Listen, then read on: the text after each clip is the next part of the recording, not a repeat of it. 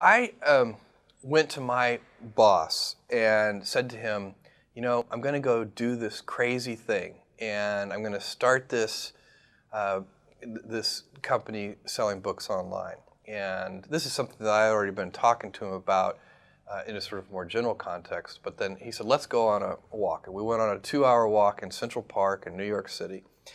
And the conclusion of that was this. He said, this actually sounds like a really good idea to me.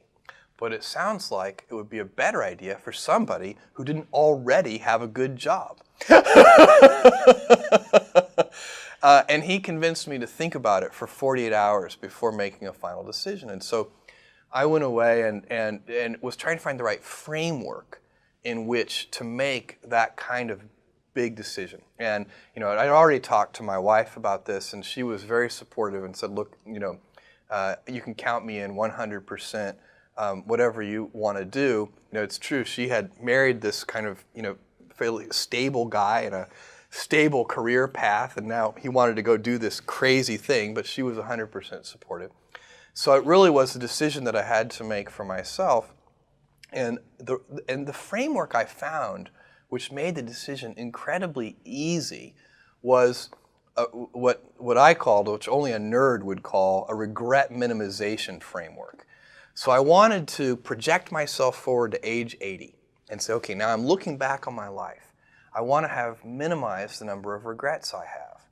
And I knew that when I was 80, I was not going to regret having tried this. I was not going to regret having trying to participate in this thing called the internet that I thought was going to be a really big deal. I knew that if I failed, I wouldn't regret that. But I knew the one thing I might regret is not ever having tried. And I knew that that would haunt me every day.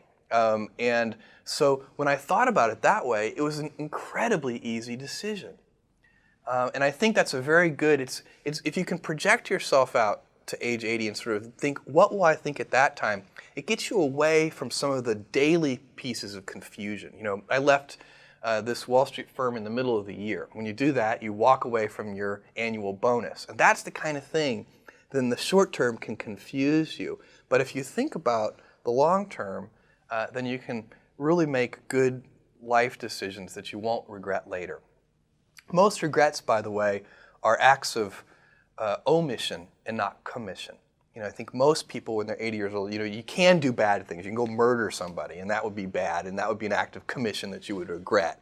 But most, everyday, ordinary non-murderers, their big regrets are omissions.